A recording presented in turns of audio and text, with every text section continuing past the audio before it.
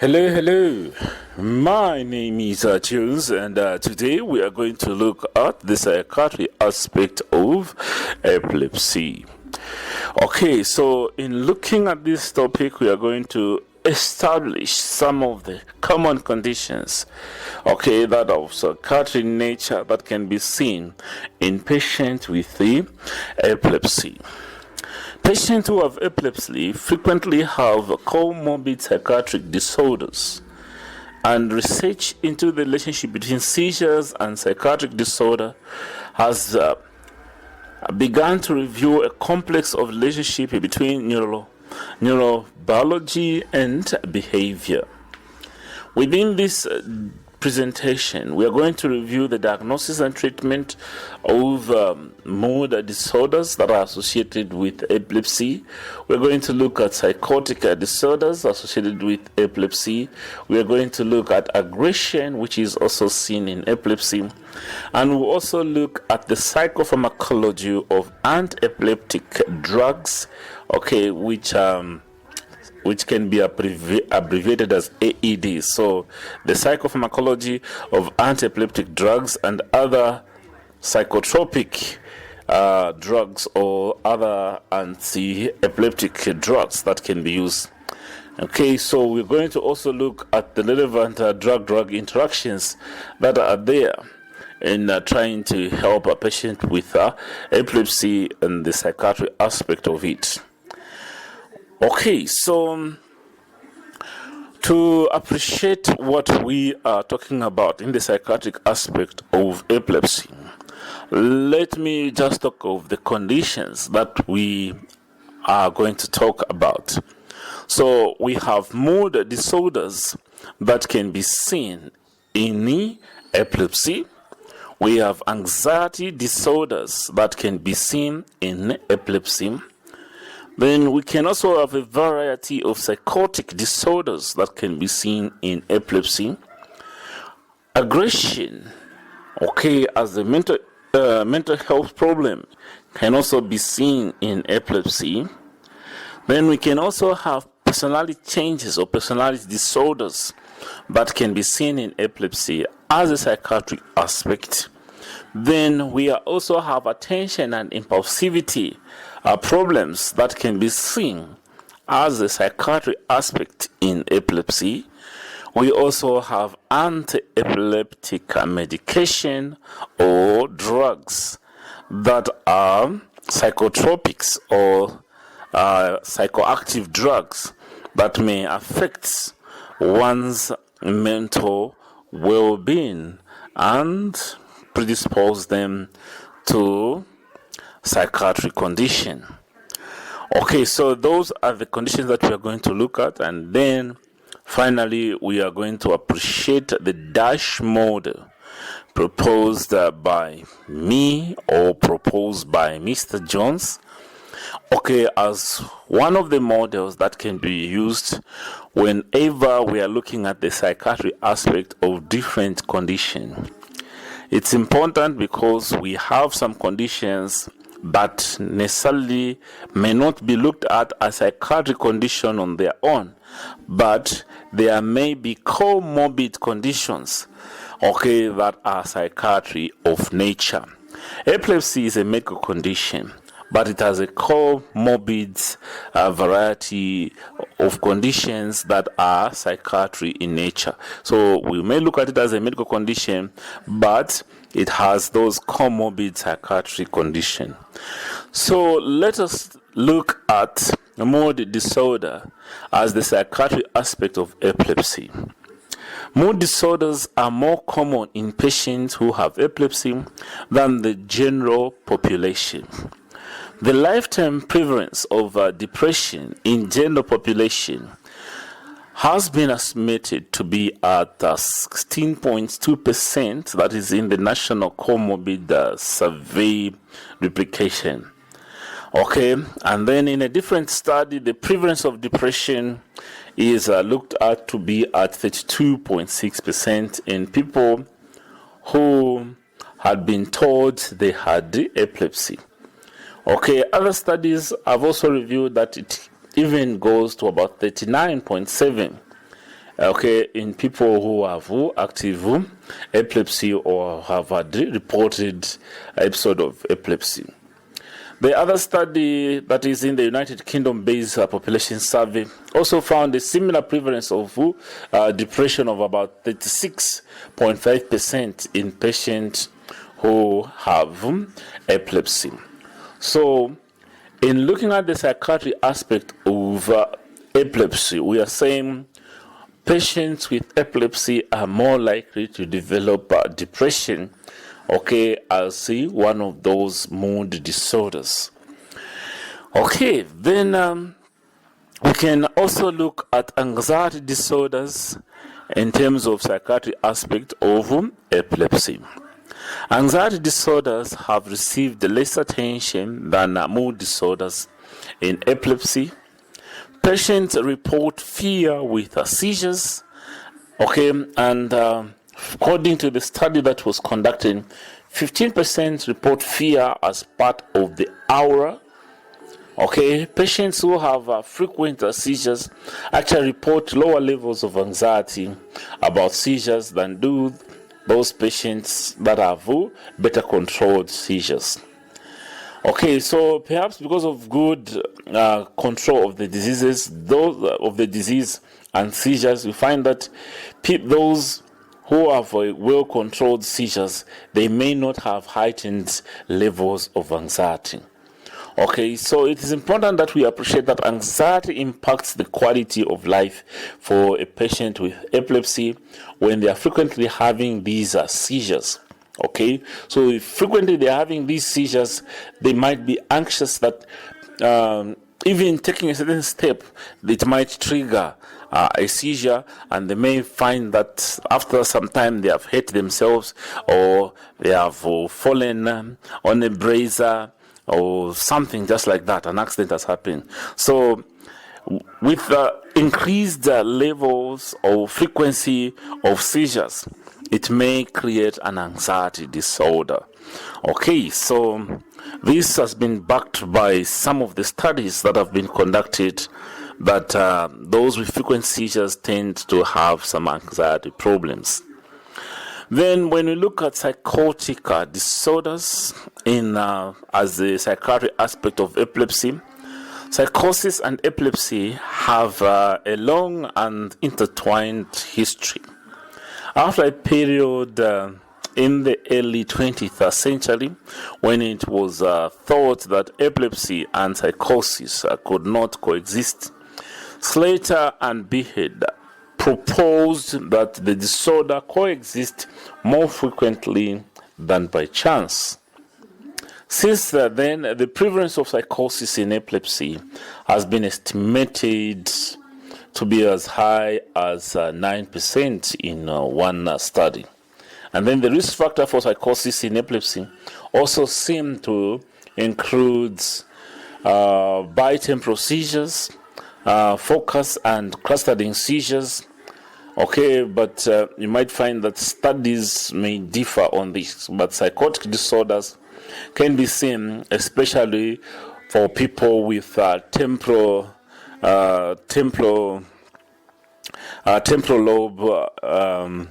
lobe problems or seizures. Then so for those that have bitemporal lobe seizures, you may see psychotic diseases. Then the other aspects that we can relate epilepsy to psychiatry has to do with aggression. Okay, so to do with aggression, the relationship between aggression and epilepsy is a little bit complex, but not necessarily well understood. In general, two types of aggressions are seen in patients who have epilepsy. There can be some episode of aggression that is clearly linked to seizure activity, okay, and it is best understood as the periictal phenomena. So other aggression acts seem to be unrelated to the timing of the seizure and may be part of the patient's underlying character structure caused by the socio-economic circumstances that frequently arise in epilepsy. Okay, then the other psychiatric aspect of epilepsy that we need to appreciate has to do with personality changes. Given the high level of psychosocial disability and the chronicness of the disease, sometimes lifelong cause-associated disease like epilepsy may produce some personality changes in an individual that is suffering from these diseases.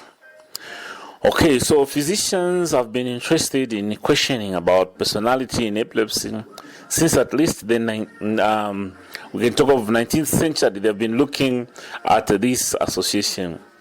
So people who have temporal lobe epilepsy have demonstrated personality changes, and other areas of the brain also demonstrate personality changes.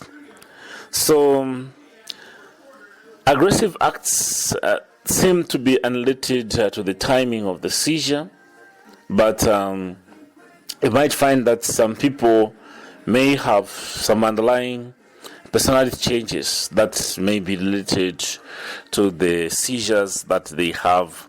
Okay, and then they might have changes that have been reported by the patient with temporal lobe epilepsy, okay, which affect their personality. So personality can be affected in epilepsy, especially those with temporal lobe epilepsy.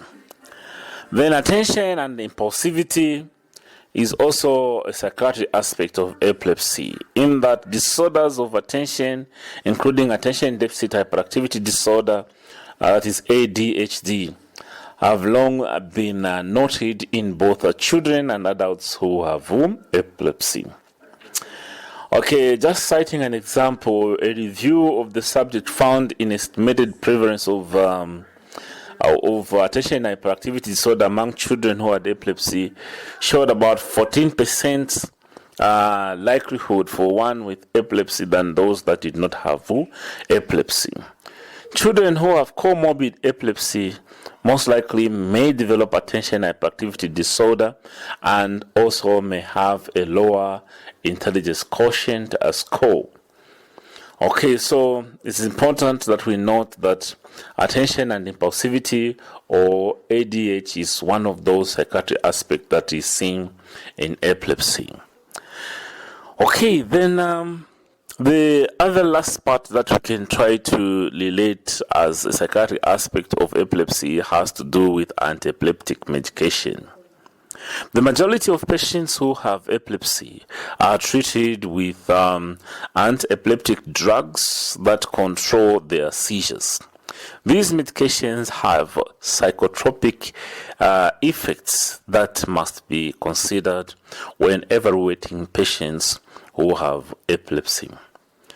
Okay, so many of the anti-epileptic drugs are used in psychiatry as mood stabilizers, but others may have effects or long-lasting effects on the patient and bring about psychiatry conditions, or bring about conditions that attract attention of psychiatry.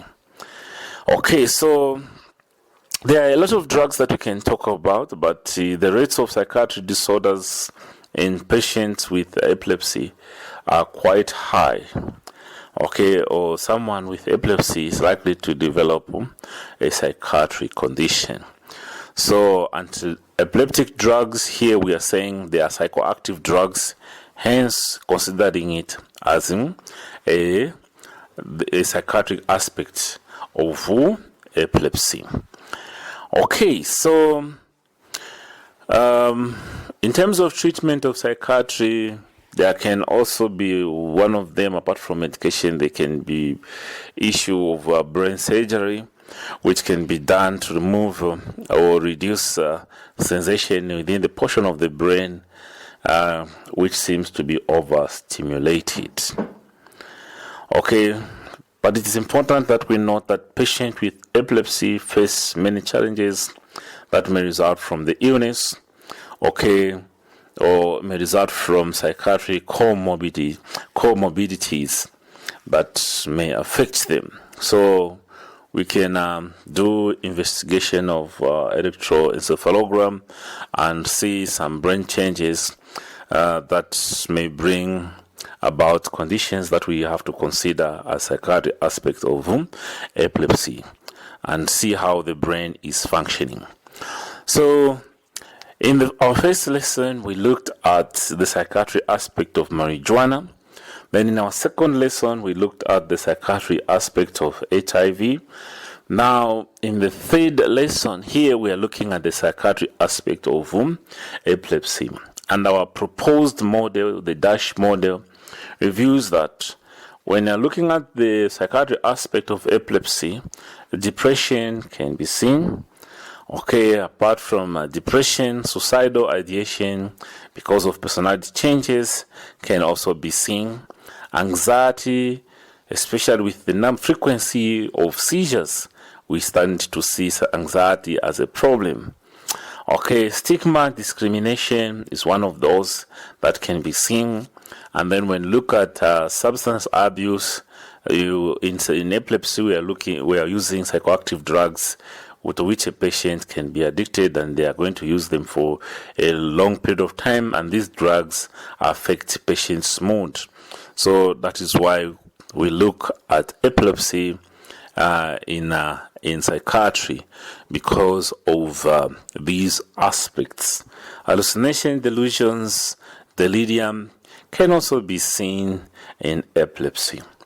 So we still strongly propose the DASH model here as some of the common conditions that are seen in a lot of conditions that have got a psychiatry aspect. Remember, in HIV, there were specific conditions that we looked at, like AIDS dementia complex, HIV dementia, HIV-associated dementia, HIV encephalopathy, mild neurocognitive disorder. There can be also a symptomatic neurocognitive disorder. But in as much as there can be all these as HIV-associated neurocognitive disorders, we are still seeing some of the conditions that we have proposed in the DASH model. We are still seeing depression, we are still seeing delirium, we are still seeing suicidal ideation, substance abuse, which we say it can even come from some of the antiretroviral drugs that are for psychoactive drug and have been abused for that. So that is to do with substance abuse. And for those that are addicted, they might even use the syringes that might have the infection of HIV, hence increasing the number of people who are infected with HIV because of their addiction. So they fail to resist to use contaminated needles. So in summary, we have been looking at the psychiatric aspect of epilepsy, and we have identified mood disorders as some of the conditions that we see, and the mood disorder here is depression. Then we also see anxiety disorders as one of the psychiatric aspects of epilepsy. Then we also see psychotic disorders, in epilepsy. In that patients with epilepsy are more likely to show some psychosis than people without epilepsy. So this makes it cardinal for us to look at it as the psychiatric aspect, that is psychosis. Then aggression is also one of the conditions that should be considered as the psychiatric aspect of epilepsy. Of course, we have the periictal aggression that can be seen, and the other aggression that can come because of the socio-economic circumstance of the patient. Then we also see changes in the patient's personality because of epilepsy. When we talk of those people with temporal lobe epilepsy, we see some of these changes in their personality. So then we also see attention and impulsivity problems or adaptation problems in patients with psychiatry. The condition here that we have given an example is attention deficit hyperactivity disorder that we are likely to see in epilepsy. So it becomes a psychiatry aspect of epilepsy.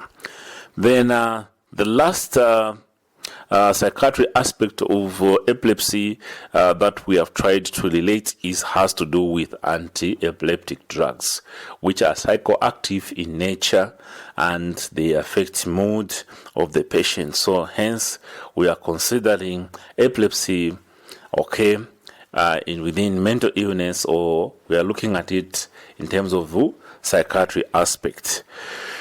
Okay, so from me, I'm saying please appreciate the DASH model, which has proposed a lot of conditions that you can relate with epilepsy, you can relate it with HIV, you can relate it with marijuana and other conditions.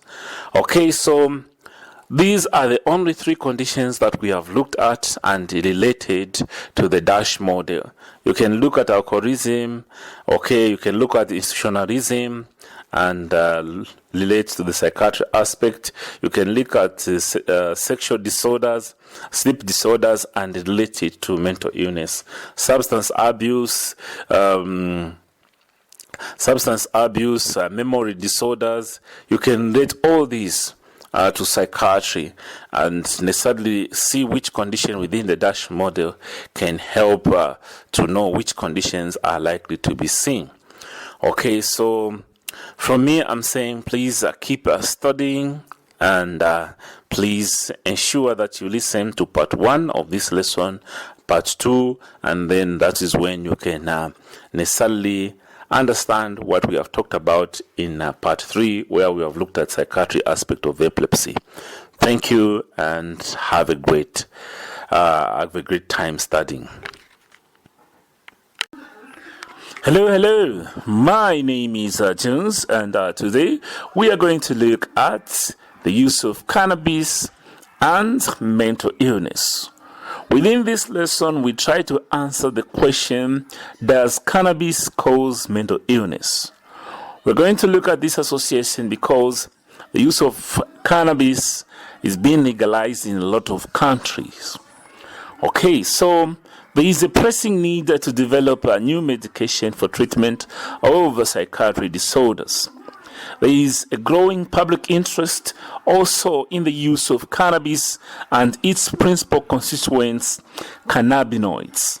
Okay, so apart from cannabinoids as the principal constituents of cannabis, there is also tetrahydrocannabinol and cannabidiol for a plethora of conditions, including psychiatric disorders. Okay, so tetrahydrocannabinol is abbreviated as THC, and then cannabinoids can be abbreviated as CBD.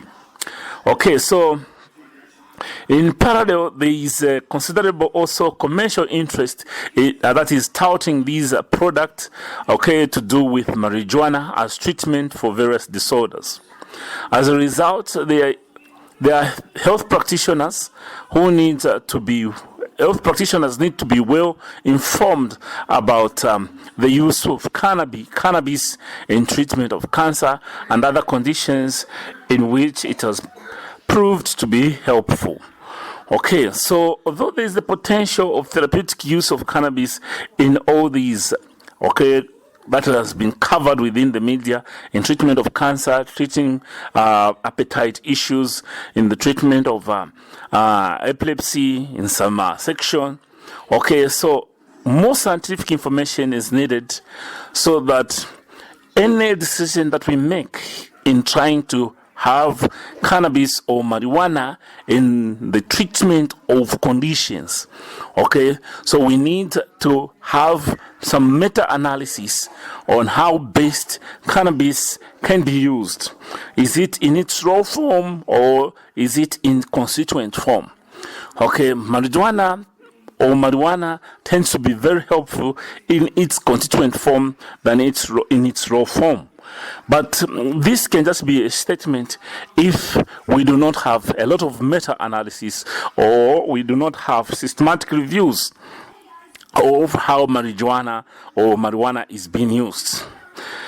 Okay, although there have been a few reviews that exist okay, and point out some evidence on that is in published literature. None has considered these available evidence, okay, leading to some controversies on some people being arrested for use of marijuana for medical purposes. Okay, so it's because of the query of safety in using these cannabis compounds, okay, and the mental disorders that may come into play. Now, with laws in many countries allowing the use of marijuana under a variety of circumstances, it is important to understand how it can affect mental health and when its use can become a serious problem. Okay, so within this discussion, we are looking at marijuana necessarily in general and not necessarily within one part of marijuana like cannabinoids or other derivatives of marijuana. Okay, I'm trying to make this emphasis so that we do not end up having an argument that no, marijuana has been used for treatment of cancer and it has been successful, or marijuana has been used in treatment of reducing epileptic seizures, and maybe in some instances that has proven to be true. Okay, marijuana has been used in treatment of anorexia or poor appetite, and in some instances that has been proved to be true. So here we are trying to look at the general use of marijuana and not its derivatives. So cannabis is the most commonly used illicit drug in most countries, with 1 in 3 adults using it at some point in their lives. It's legal in some places around the world, and it is offered medicinally in others. But what does smoking pot or smoking marijuana have to do with mental health? Okay, so the potential harm associated with using cannabis depends on 2 things above other things that you would want to consider for a different presentation. Okay, so the first is the age at which one first uses cannabis, particularly if it is before 18 years. Using cannabis during key stages of brain development can impact on the synaptic pruning, that is when old neural connections are deleted, and also the development of white matter, which is responsible for transmitting signals within the brain. So we're saying the potential harm that marijuana has, okay, or cannabis has, is the age at which one first begins to use, and if it is before 18 years, it may simply affect brain development, and a person may end up having a mental illness. Then the second part that we need to consider is that the pattern of use that one engages in utilizing this drug, cannabis, okay, the pattern that is to do with the frequency, dose, or duration. Particularly if you are, let's say, using weekly, using daily, the bigger or more potent the dose, then the more tetrahydrocannabinol you are ingesting or you are putting within your system. So you need to know that THC is the main psychoactive component of cannabis, and it appears to act on areas of our brain that is involved in the regulation of our emotional experiences. So we are saying the other thing that we need to consider in the use of cannabis in association with mental illness is the pattern of how one uses this drug.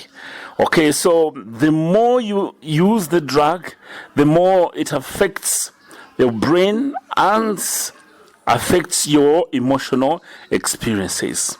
So some mental health conditions that may result or may be associated, okay, with marijuana may include depression and anxiety.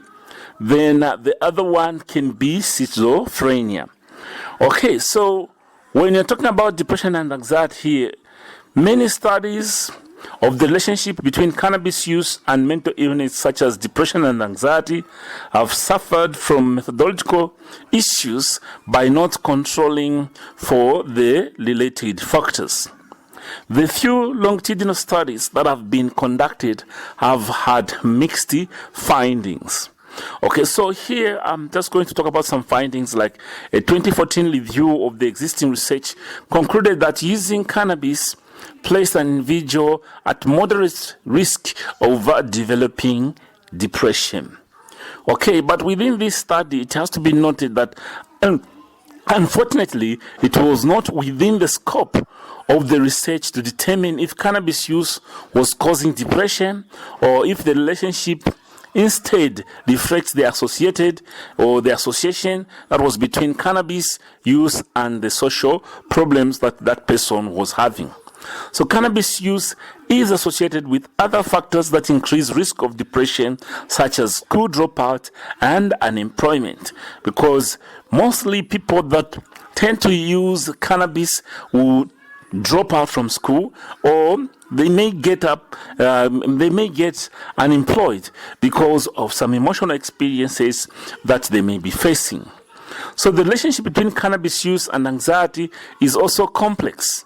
Many people use cannabis for its euphoric and relaxing effect. But some people also experience feelings of anxiety or paranoia when intoxicated with marijuana. As such, cannabis could be used to relieve anxiety or stress, that is for the period when the drug is still active, to help to reduce some anxiety.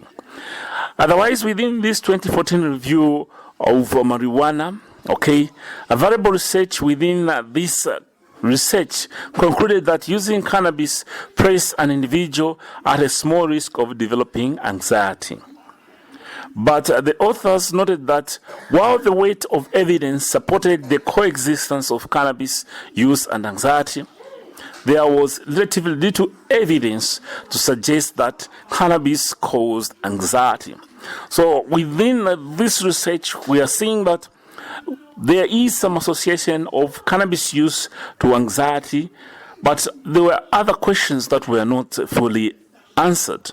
So we are saying use of cannabis may lead to anxiety, and in some instances, it may also relieve some anxiety. So that we understand when necessarily looking at the medicinal use of cannabis. It has to be noted that not included in these previous reviews of depression and anxiety disorders were two recent investigations of cannabis use within the United States, that were conducted between 2001 to 2005. They included a host of variables such as demographic status and the family environment. So within this, each found a significant association that is between cannabis use and the onset of depression and anxiety disorders. But this association was no longer significant when considering the impact of the included variables. Clearly, the relationship between cannabis use and depression and anxiety disorder is quite complex and involves the individual's reason for cannabis use and external situations. That is, cannabis may be used to help cope with social problems that were not necessarily caused by cannabis use. So what is the association of cannabis with mental illness? Here we are saying cannabis may increase the likelihood of one having depression, and cannabis use may also increase the likelihood of a person developing panic disorder or anxiety. In contrast, when we look at schizophrenia, the relationship between cannabis use and the risk of developing symptoms of psychosis has been well established in many different review articles. This presentation has found that early and frequent cannabis use is a component cause of psychosis, which interacts with other risk factors such as family history of psychosis, history of childhood abuse, and also the expression of the COMT and AKT1 genes. Okay, so these interactions make it difficult to determine the exact role of cannabis use in causing psychosis that may not have otherwise occurred. So the presence of these genes may make it difficult, but we are saying there's an association of increased likelihood of one developing schizophrenia after they have been engaged in cannabis use. Regardless, the connection between cannabis use and psychosis is also considered not surprising, because there is a strong resemblance between the acute and the transient effect of cannabis use and symptoms of a psychosis, including impaired memory, cognition, and processing of external stimuli. Okay, so this combines to make it hard for a person to learn and remember new things, but can also extend to the experience of deluded thinking and hallucination. We also know that cannabis use by people with established psychotic disorder can exacerbate the symptoms. Overall, the evidence suggests that cannabis use will bring forward diagnosis of psychosis by an average of 2.7 years. Okay, that is average. If one was supposed to develop some mental illness at 18, they then start developing those at 16. One was supposed to develop after genetic predisposition and other predisposition maybe at 30, then they develop at around 28. So we are saying the evidence suggests that cannabis use will bring forward diagnosis of psychosis by an average of 2.7. The risk of developing schizophrenia increases with the duration and the dose of cannabis use that one is ingesting.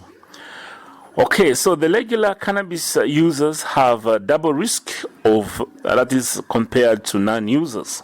And those who have used cannabis at some point in their life may have at least a 40% increased risk as compared to non-user. Okay, so with that said, we're saying it's important to appreciate this risk that cannabis poses to developing schizophrenia. Okay, so now let's attempt to answer the question, when does marijuana use become a problem? Marijuana use becomes a problem when it interferes with the person's ability to function in their personal or professional lives. Okay, so it may become a problem when the use of marijuana in large amounts affects a person, or in small amount affects the person to function normally. It becomes a problem when the use of marijuana, when one wants to stop but fails to stop taking marijuana due to dependence or addiction. Okay, marijuana use becomes a problem when one develops strong craving or urges to use the marijuana or the cannabis. Marijuana use becomes a problem when one spends a great deal of time getting the drug, or using or recovering from using the drug. Okay, where one goes to all extents just to access this cannabis, so it becomes a problem. So the other instances when marijuana use becomes a problem is the continued use despite the cannabis causing relation problems for that individual and other social problems. Marijuana use becomes a problem when it physically endangers that person who is using through dangerous driving, okay, and also it affects the person in participating in constructive activities within society. Okay, so the use of marijuana becomes a problem also when one develops tolerance to the drug. where they will need more and more of the drug. And also marijuana use becomes a problem when one fails to withdraw completely or may show withdrawal symptoms when they try to stop use of marijuana. Okay, so the question we're trying to ask here is that, the question that we're asking here is, can marijuana cause mental illness?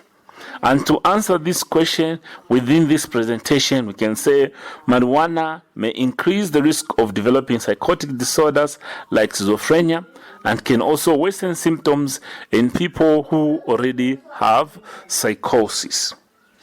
Okay, so that is in answering the question, can marijuana use cause mental illness?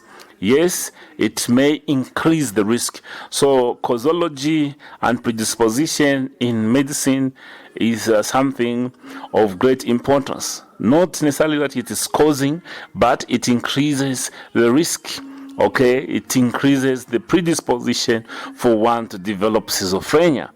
Okay, why I'm talking about causology and predisposition is because there are some people out there that may be using marijuana and they have not developed schizophrenia. So there can be family predisposition that is there, and when one uses marijuana, then it increases the risk. Okay, so then can marijuana cause mental illness? Yes, because the marijuana use during adolescence can have lasting effects, including changes to the reward system in the brain and trouble with thinking and remembering.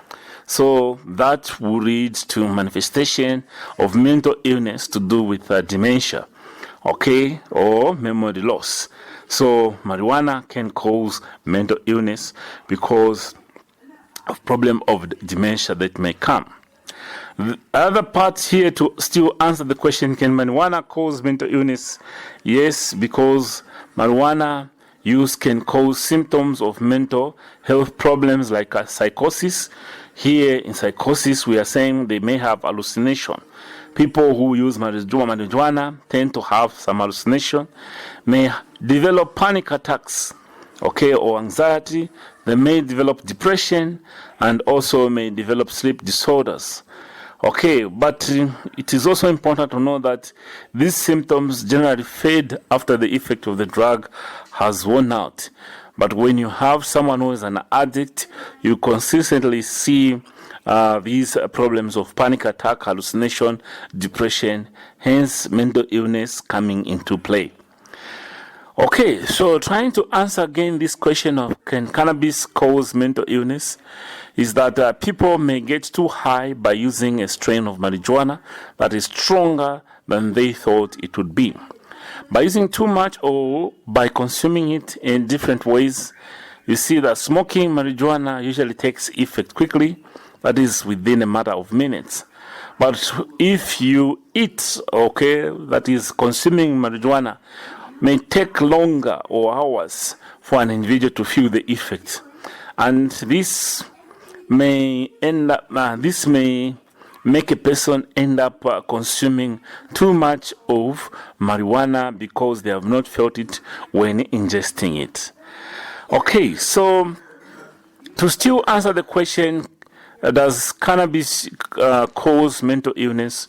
We are saying adults who have been diagnosed with marijuana, adults who have been diagnosed with marijuana or cannabis use disorder, they have high rates of mental health disorders, including anxiety, depression, post-traumatic stress disorder, and attention hyperactivity disorder. It is hard to know whether the marijuana use disorder or the mental health disorder appeared first, since many people use the drug for self-medication. Okay, so that is how we can try to answer this question. Can cannabis use cause mental illness? Okay, so because we don't want to be biased in covering this topic, we can also try to answer the question, can marijuana treat mental illnesses? Okay, so for this question, much research supporting the use of marijuana and cannabis as treatment for mental illness is based on some notion that marijuana can be prescribed to relieve certain symptoms. Like if one has post-traumatic stress disorder, marijuana can be used to try to rectify this. Okay, marijuana can stimulate the appetite center, so some people propose that marijuana can be used to treat anorexia, depending on the place and the licensure to use marijuana. Okay, for other mental health problems like anxiety, okay, people sometimes may use cannabis to relieve themselves of symptoms of anxiety. Use of marijuana reduces inhibition, so you find that people will use this drug to reduce this anxiety. Okay, so how then do you take control of marijuana use? If you use marijuana, here we are trying to advise you on how you can take control of the use of marijuana. So you have to keep track of your use of marijuana and notice your patterns if at all you are developing some addiction or dependence. You have to be specific with yourself about how you would like to change your marijuana use. That is, how often, when, where, and your reasons for making these changes within your life to avoid addiction or dependence. You have to take a month-long break from marijuana, as this will also enable you and your body to get rid of the drug and also reduce the tolerance. Okay, so that you can get over the discomfort of withdrawal from the drug. So this can help you to take control of marijuana use. You also need to identify the triggers or the edges, okay, that make you go back to the use of marijuana, or the triggers that have made you to start using marijuana. How you can take control of marijuana use is avoiding marijuana before activities that require thinking and remembering. Okay, so because it will affect your perception and also the flow of activities. Okay, how you can take control of marijuana: don't mix use of marijuana with other drugs or intoxicating drugs like alcohol. Okay, it is important that if at all you use marijuana, you get professional help so that you can be counseled on how you can fight addiction to marijuana so that you don't end up as a medical emergency in the hospital to try to fight the addiction to marijuana.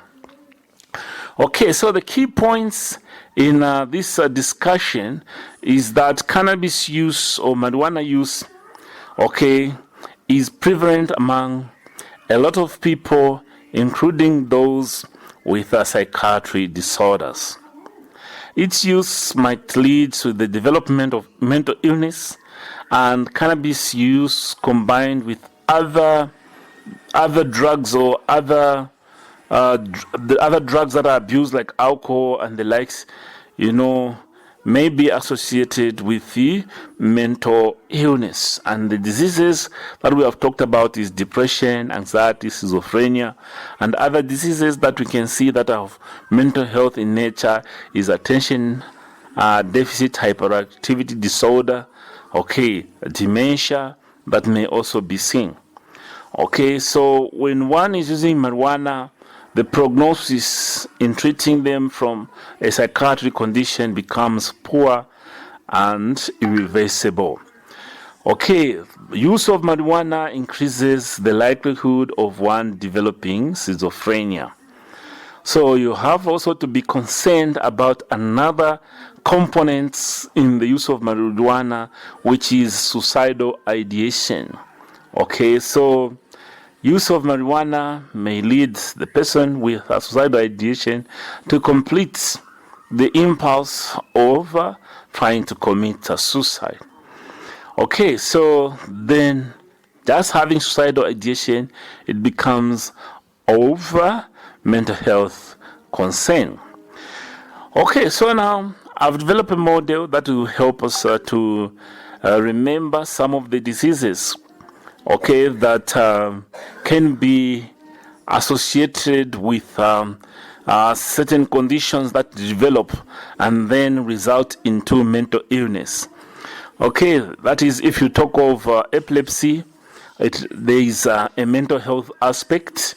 When you talk of HIV and AIDS, there is a mental health aspect. So there are some conditions in psychiatric aspect that lead to these mental illnesses, and these conditions that we see, okay, common, apart from seeing it here in the use of marijuana, okay, within the model I'm calling the DASH model. So the DASH model is just a mnemonic dash, okay, to represent the diseases that can be seen in the psychiatric aspect of a lot of conditions. So in the psychiatric aspect of marijuana, we have seen depression. This depression can also be seen if in the psychiatric aspect of epilepsy. Delusions can be seen, and that is in marijuana use, and also in HIV and also epilepsy when you're discussing the psychiatry aspect of these conditions. So other conditions that we see apart from delusions is dementia, delirium. So D is for depression, delusions, dementia, delirium. Okay, these conditions. Okay, so when I'm talking about depression, I'm referring to bipolar disorders and unipolar disorders that can be seen, okay, as a psychiatric aspect to marijuana use, as a psychiatric aspect to epilepsy, as a psychiatric aspect to HIV. Okay, then the other psychiatric aspects, condition that we see of mental health concern is anorexia, anxiety, attention deficit hyperactivity disorder, suicidal ideation, schizophrenia, and we also see some social pathologies that includes stress coping disorder, personality disorders like aggression or melancholy can be seen, and these become of mental health concern. These can be seen in marijuana use, can also be seen in epilepsy, can also be seen in HIV-associated mental health aspects. Then others, of course, that we can include under ACE is stigma and discrimination, substance abuse, that is to do with dependency or addiction, and also sleep disorders. So that is for S in dash, we can see that. Then H is hallucination and hypochondriasis. Okay, that is in the dash. So in the dash we have depression, we have A, anxiety, S, we have schizophrenia, then H, we have hallucination. Of course, I've mentioned the different diseases or conditions that can be seen as a mental health aspect. Okay, so after listening to this presentation, you can look forward and look at the psychiatry aspect of HIV. Okay, you can look at the psychiatry aspect of epilepsy. You can look at psychiatry aspect of alcoholism, psychiatry aspect of substance abuse. You can look at psychiatry aspect of child abuse. You can look at the psychiatry aspect of institutionalization. You can look at the psychiatry aspect of memory disorders. You can look at the psychiatry aspect of sexual disorders, and also look at psychiatry aspect of sleep disorders. Okay, so the list of conditions that we have talked about in the DASH model that we are trying to put forward here, you see that these are some of the conditions that we can see. Of course, per specific condition, there may be specific mental health aspects that you might need to note. Okay, so within this presentation, we are discussing the we were discussing the question, can cannabis cause mental illness? Okay, so in our discussion, we have established that yes, there are some associated mental illnesses that can be caused because of use of marijuana. Okay, so that is depression, anxiety, and schizophrenia as the prominent conditions that we have talked about. But other conditions can still come in to do with hallucination, suicidal ideation, anorexia, and memory losses that we can see. The chief component of marijuana is cannabinoids, tetrahydrocannabinol and cannabidiol. Okay, and we have had this discussion because cannabis is being proposed for treatment of some mental health conditions. It is being proposed for treatment of cancer, okay, and also other diseases like epilepsy. Okay, so it was important that we look at this, and also we look at the mental illnesses that have been associated with the marijuana. So if you have a problem with marijuana addiction, we are saying seek professional help so that you don't end up in medical emergencies. So from me, I'm saying thank you and keep studying. Hello, my name is Jones, and today we are going to look at HIV-associated neurocognitive disorders. Okay, so this is abbreviated as HAND, like hands, the hand, okay? So in looking at HIV-associated neurocognitive disorders, we want to understand the psychiatry aspect of HIV infection. Okay, so HIV-associated neurocognitive disorders are neurological disorders that are associated with HIV infection and AIDS. It is a syndrome of progressive deterioration of memory, cognition, behavior, and motor function in HIV-infected individuals during the later stages of the disease, when the immune system has been rendered defenseless, or when there is increased immune deficiency.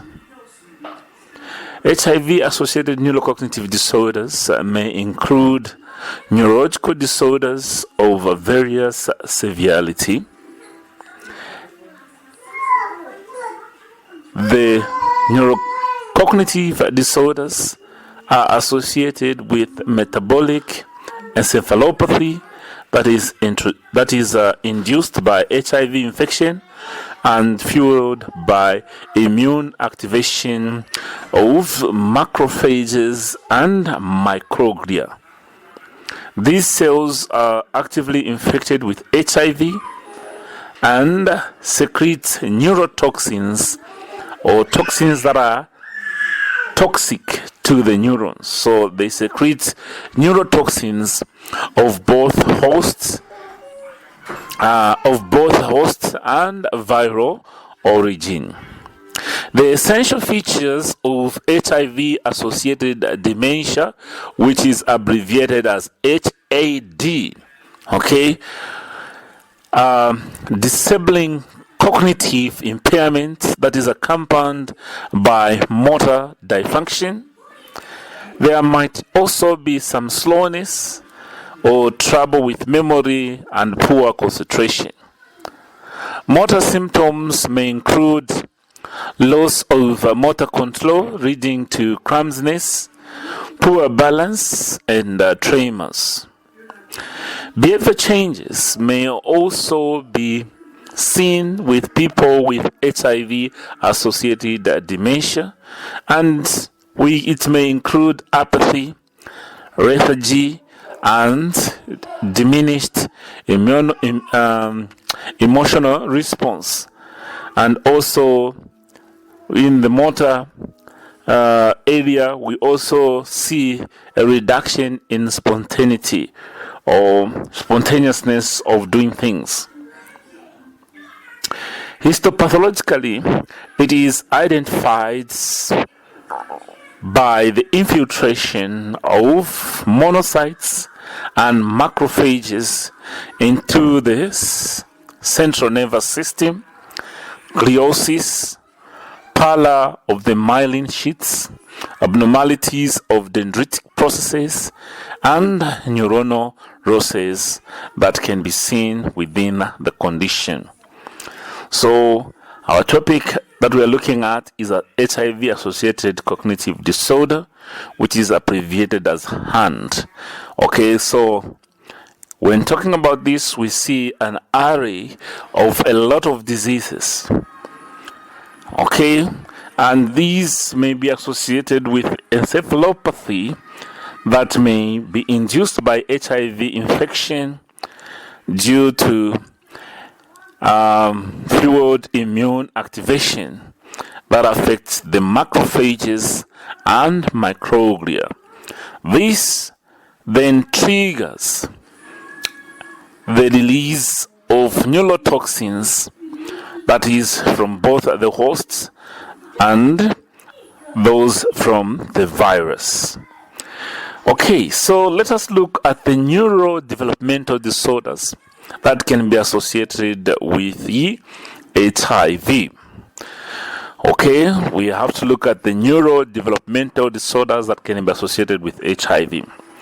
When talking about mother-to-child transmission during pregnancy, okay, neurocognitive disorder or neurodevelopment disorders can be seen because HIV can still be transmitted from mother to a child, or there are associated risks of transmission of HIV infection from the mother to the child. Children with AIDS appear to have neurological diseases as a consequence of HIV-1 infection. In HIV-1 infected newborns and children, central nervous system is infected with HIV 1 weeks after primary infection. This then will cause neuronal damage and cell death.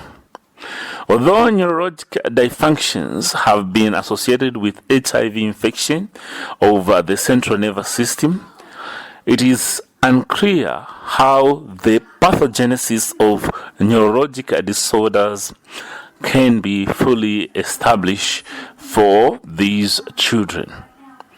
Otherwise, the main cells infected by HIV-1 in the nervous tissue are the microglia, astrocytes, and the macrophages. Okay, so when these are infected, neurons have been also observed to be affected by HIV infection. Okay, so neurons can also be infected by HIV infection. So the susceptibility of HIV infection and the replication in neuronal and glial cells is a function of cellular differentiation, and it is more likely in immature precases than with differentiated cells.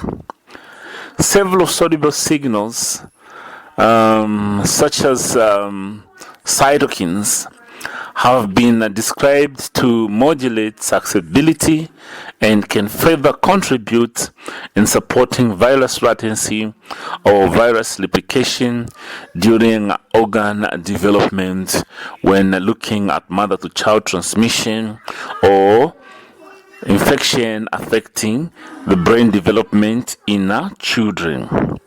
In fact, within developing central nervous systems, cells are under the control of environmental factors that are of specific function of neuronal and glial precursors. These extracellular signals can influence many steps of the central nervous system development and concur in controlling virus cell interaction in the maturing brain of the newborn or developing baby. In addition to the production of cytokines, HIV-1 infected mononuclear cells and astrocytes can produce a number of soluble mediators, including viral proteins such as GP120 or glycoprotein 120 and also TAT, that can exert damage effects on both developing and mature neural tissues. Moreover, molecules such as platelet activating factors, that is PAF or platelet activating factors, and prostaglandins, which are produced upon microglia or macrophages and astrocyte functional interaction, they may have been reported to mediate cell damage in primary neural cell culture and neural cell lines with the immature phenotype. When there is activation of the macrophages, there will be production of prostaglandin and platelet activating factors. When these are produced, they further affect maturation or interact with maturation of the brain, leading to neurodevelopment disorders for these children or for these cells that are maturing. Taken together, these observations suggest the mechanism by which the virus can alter central nervous system development and induce pathology in the immature brain, that depend upon the altered production of soluble bioactive compounds. The compounds that we have mentioned, like prostaglandins, platelet activating factors.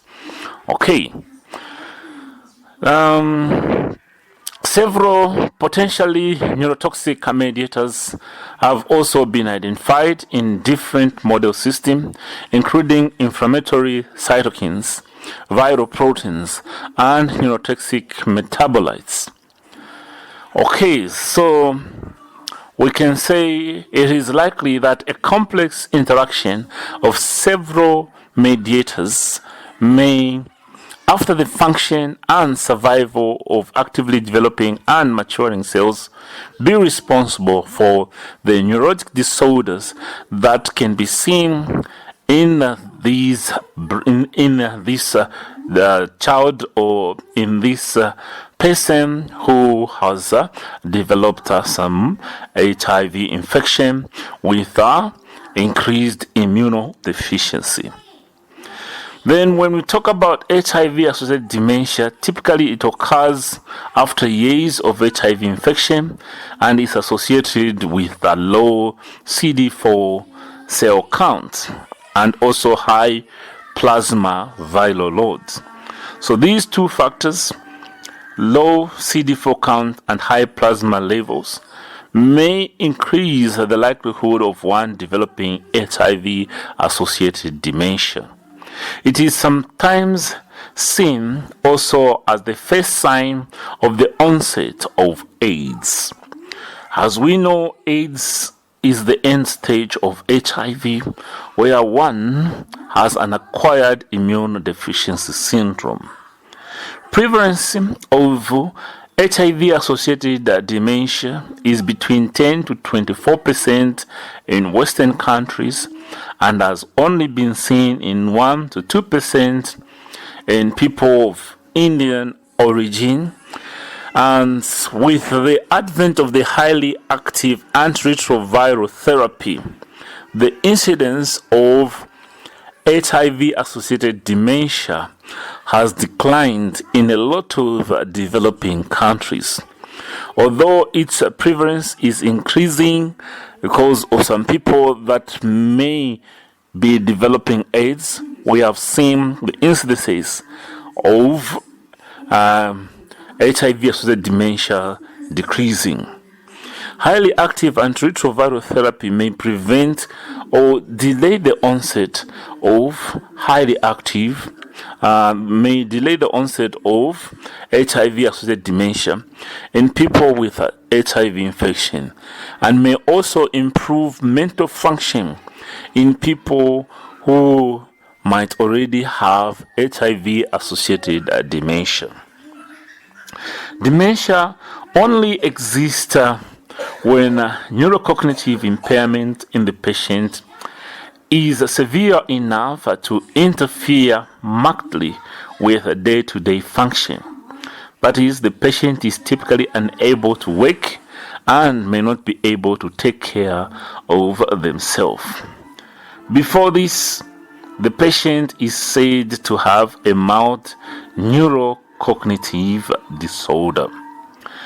Okay, so let us appreciate the presentation of some of HIV-associated cognitive disorder. Okay, so cognitive impairment associated with HIV occur in the domains of attention, memory, verbal fluency, and visual spatial construction. Specifically for memory, the lowered activity of the hippocampus changes the basis of memory encoding and affects mechanisms such as long-term potentiation. Severity of impairment in a different domain vary depending on whether or not a patient is being treated with highly active antiretroviral therapy or monotherapy. Studies have shown that patients exhibit cognitive deficits consistent with the dysfunction of the frontal striatal circuits, including associated parietal areas, the latter of which may account for observed deficits in the visual spatial function. In addition to cognitive impairment, psychological dysfunction is also noted. For example, patients with HIV have higher rates of clinical depression and alexithymia. Okay, so that is difficulties processing or recognizing one's own emotions.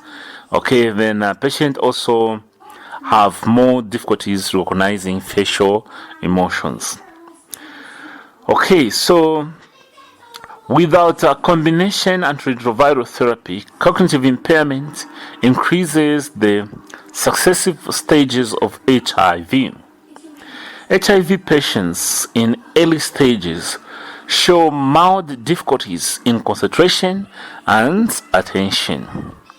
In advanced cases of HIV-associated dementia, speech delay, motor dysfunction, and impaired thoughts and behavior are observed.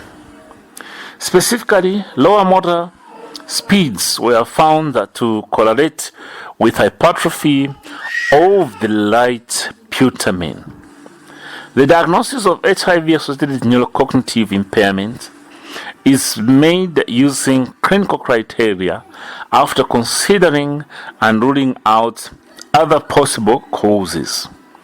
The severity of neurocognitive impairment is associated with a low CD4 count, as we have already stressed, suggesting that the area treatment to prevent immunosuppression due to HIV, might not have really helped.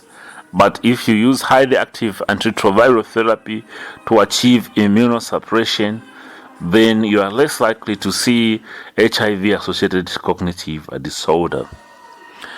Okay, so let us also appreciate the brief pathophysiology of HIV-associated neurocognitive disorder as we look at the HIV, the psychiatric aspect of HIV.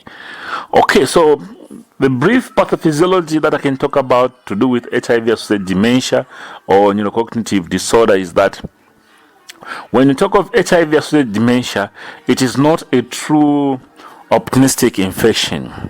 It is one of the few conditions caused directly by HIV itself. However, the cause of HIV-associated dementia can be difficult to discern because the central nervous system can be damaged by a number of other causes that are related to HIV. So when you're talking about HIV-associated dementia, it may come because of opportunistic infection that may affect the brain. Okay, so these opportunistic infections, when they affect the brain, it may lead to what we may term as HIV-associated dementia. Then we can also talk of AIDS-related lymphoma or metastasis of other AIDS-related cancers that may affect the brain and lead to HIV-associated dementia. Then there can be direct effect of the virus to the brain, and this may lead to HIV-associated dementia. The toxic effect of drugs for treatment of HIV may also affect the brain and lead to HIV-associated dementia. Okay, not forgetting that mostly HIV may affect people in low-income areas, so malnutrition may also lead to HIV-associated dementia. Many researchers believe that HIV damages the vital brain cells, neurons, indirectly. According to one theory, HIV either infects or activates cells that protect the brain. And these we have discussed, these are known as macrophages and microglia. These cells then, they produce the toxins that can set off a series of reactions that instructs neurons to self-destruct. The infected macrophages and microglia also appear to produce additional factors such as chemokines and cytokines that can affect neurons, as well as other brain cells known as astrocytes. The affected astrocytes, which normally nurture and protect neurons, also may now end up harming neurons, so becoming neurotoxic. Astrocytes produce neurotoxic proteins such as TAT, NEF, and RAVE. TAT is secreted and induces the activity in the astrocyte through increased GFAP expression. HIV protein GP120 inhibits the stem cells in the brain from producing new nerve cells. In the neuronal cells, the HIV GP120 induces mitochondrial death proteins like caspases, which may influence the upregulation of death receptors FAS, leading to apoptosis. Okay, so let us also now understand, as we understand this pathophysiology, let us also understand the stages of HIV-associated dementia. So it has got 6 stages. Okay, so there's stage 0, there's stage 0.5, there's stage 1, 2, 3, and 4. So stage 1 is the normal stage. Then stage 0.5 is the subclinical stage. Then when you talk of stage 1, then we are saying mild, stage 2, moderate, stage 3, severe. Then when you talk of stage 4, that is the end stage. So when you're talking of stage 0, which is the normal, here we don't see any, we see normal mental and motor function. That is in stage 0. Okay. So this is the first stage of HIV-associated dementia, and there is stage 0, on which everything is just normal. That is the mental and motor function. Then when you talk of stage 0.5, that is the subclinical stage. Here, there are minimal symptoms of cognitive or motor dysfunction, okay, which are characteristic of HIV-associated dementia. Or we might see mild signs okay, or SNAT response, slowed extremity movements, but without impairment of work or capacity to perform activities of daily living. Okay, so here the gait and the strength are going to be normal in the subclinical stage. Okay, so we see SNAT response, slowed extremity movement, but the gait and the strength of the patient remains normal. That is in the subclinical. But when we reach stage 1, the mouth, here we see evidence of functional, intellectual, or motor impairment with characteristic of HIV-associated dementia. But here the patient is able to perform all activities of daily living and can walk without assistance. Okay, so in stage 1, patient is able to do all activities of daily living and can walk without assistance. We only see evidence of functional, intellectual, and motor impairment that is characteristic of HIV-associated dementia. When it reaches stage 2, which is moderate, here patient cannot walk or maintain the more demanding aspect of daily life, but will be able to perform basic activities of self-care. Patient may be ambulatory, but may require some help, maybe to stand up or to be propped up before they can walk on their own. So that is stage 2, moderate. Okay, the ambulation here is with some help as the patient starts to walk. Then when you talk of stage 3, that is the severe stage. Here we see major intellectual incapacity. Here the patient cannot even follow news or personal events nicely and cannot sustain complex conversation. There can be considerable slowing of all outputs and all motor disability. Here, patient cannot walk unless with assistance or may require a walker or personal support, usually with slowing or clumsiness of arms as you are assisting the patient. So stage 3 is the severe form. Then stage 4 is the end stage of HIV-associated dementia. Here, I can say this is patient is nearly in vegetative state. Intellectual and social comprehension and responses are at their rudimental level or are at rudimentary level. Nearly or absolutely, the patient is going to be mute. Patient may be paraplegic, and we might see urinary incontinence and also fecal incontinence. Of course, these are the HIV-associated dementia stages. There are 6 stages.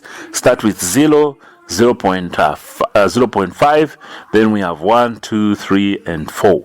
So we need to remember stage 0 is for normal, and we are looking at 2 aspects, intellectual and motor response. So stage 0, intellectual and motor response is okay. Then stage 2 is subclinical, may not require admission or clinical attention, but may have minimal symptoms of cognitive or motor dysfunction. Here, patient begins to show some problems in intellectual or cognitive function and also in motor functioning. Okay, but can do all activities of daily living and gait and strength and everything is normal. But when we reach stage 2, it's no longer subclinical. Here, patients may seek help from the hospital because there is evidence of functional, intellectual, or motor impairment. They might be able to perform more demanding aspects of work or activity of daily living, and patients may walk without assistance. But when it reaches stage 2, patient will need assistance to walk, and here patient fails to maintain demanding aspect of daily life. When you're talking of stage 3, which is severe, before the end stage, here the patient, even if you force them to walk, you see some clumsiness in their arms as they carry out this task.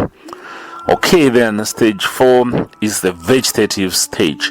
So if you have revised the lesson about levels of consciousness and the likes, I'm sure you can understand HIV-associated dementia stages.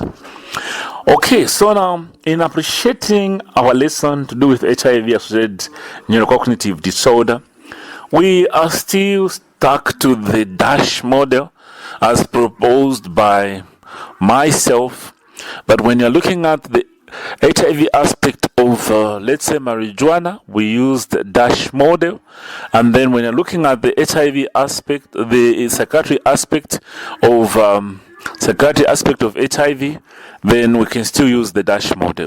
So what I'm simply saying is, in the psychiatry aspect of marijuana, we use the DASH model, which for DASH is more like an acronym of the common diseases that are seen. So now, for this presentation, we have seen that depression can come in. Okay, clinical depression can come in. We can relate it to the encephalopathy, okay, the depression that may come in, or we can relate it to the lost days that one may have because of a constant sick of. So they may end up depressed because of lost income. Okay, so if there is encephalopathy, then delusions may come in, or psychotic conditions may come in. Then prominent within our discussion is HIV-associated dementia. So dementia is also part of our DASH model of the proposed conditions that are seen as the psychiatry aspect in a lot of situations.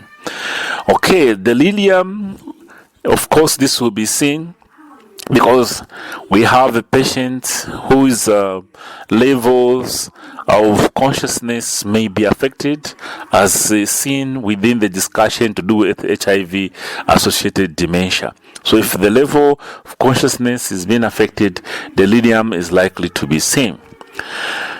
Okay, then suicidal ideation may come because of the stigma associated with the disease.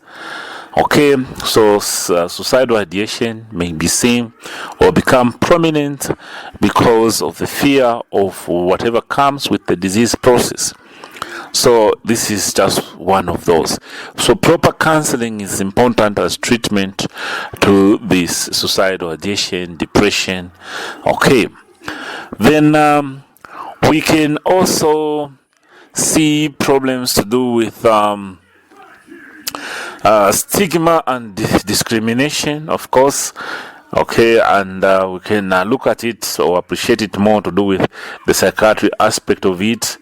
We may have sleep disorders that may come just before depression, or that may come during depression. Okay, in trying to associate HIV within mental health. Okay, we can, patient may have some sleep disorders because of worrying about opportunistic infections that may be affecting them. Okay, so these are just some of the few conditions within the DASH model that we can try to appreciate that is seen in HIV, or when talking about the psychiatry aspect of HIV. We can talk of depression, we can talk of dementia, we can talk about suicidal ideation, we can talk about sleep disorders, and even when you talk about substance abuse, it can also apply with that is to do with the psychiatry aspect of HIV or mental health. Substance abuse may come in because substance abusers, most of the time, they will not care even if they use needles that are infected, just because of the addiction that they have, they may take high risk behaviors, okay, and not make correct decisions because they just want to put that drug within their vein so that they feel better. So they may start exchanging needles. So in substance abuse, you can try to relate it in that way. Okay, then other conditions here that are within the DASH model. Of course, we have depression, delusions, dementia, okay, delirium, then A, anxiety, anorexia, suicidal ideation. So within this DASH model, what we are saying is that it's not everything within this model that you can say is the psychiatry aspect of that condition. What we are simply proposing is that most of the things that we have put within this DASH model become the psychiatry aspect of most conditions. If we talk of HIV, you talk of epilepsy, alcoholism, child abuse, you might likely see these conditions that we have proposed in the DASH model. Okay, so there you have it. Today we are looking at HIV-associated neurocognitive disorder, which is abbreviated as HAND. Okay, so these are neurological disorders that are associated with HIV infection and AIDS. And HIV-associated neurocognitive disorder are a syndrome of progressive deterioration in memory, cognition, and behavior, and also motor function of a person who is infected with HIV due to immunodeficiency or severe immunodeficiency that may come because of HIV infection. So apart from HIV-associated neurocognitive disorder, the prominent condition that we see is HIV-associated dementia. So within this discussion, we have discussed the stages of HIV-associated dementia, and we have also looked at the pathophysiology of HIV-associated dementia. We have talked about the many things that can be affected when someone has HIV-associated neurocognitive disorder, and some of the condition of concern is a clinical depression that the patient is likely to be diagnosed, which can be associated to HIV or neurocognitive disorder. Then we have also looked at other conditions in our summary, like suicidal ideation as one of the conditions that may come. Okay, and we have tried to associate substance abuse as one of those HIV-associated psychiatry aspects. Okay, when we are trying to appreciate the HIV psychiatry aspect. So substance abuse comes in because substance abusers, because of their addiction, they may lose their inhibition to use infected needles or needles that are not necessarily safe. Hence, they might find themselves injecting themselves with HIV. Okay, so you can have a lot of reasoning around the DASH model, because the DASH model simply simplifies those conditions that can be related as the psychiatry aspect in epilepsy, marijuana, okay, child abuse, and other conditions, because it is also very, very important as a student of psychiatry, okay, as a subject or discipline, but we understand why someone would want to, let's say, look at suicide in a form of mental illness, or look at it in terms of psychiatry. Okay, what would be the reason one would want to commit, let's say, suicide? So some of the things that may come is issue of depression, problem with coping, stress coping mechanism, isolation. All those can come in. Others, they might be having some delusions or hallucination as one of the reasons that may lead to suicide. Of course, please You have to look at our DASH model with caution, because as you have seen when we have looked at HIV associated a psychiatry aspect, we have come up with new conditions that are specific to HIV, like HIV associated dementia. Okay, and also HIV-associated neurocognitive disorders that we have talked about, like clinical depression. Okay, so you are free to add in maybe other things that we might not have considered, but we know this DASH model is quite helpful in knowing the psychiatry aspects of HIV. We might not have talked about other things necessarily because they might not be part of this presentation, but we have looked at the pathophysiology of how this is coming in. So the central reason as to why we have HIV in associating with mental illness is because of the encephalopathy that will come in. And we appreciate that we have highly active antiretroviral therapy that is reducing the prevalence of these HIV-associated neurocognitive disorders. So from me, I'm saying thank you and keep studying.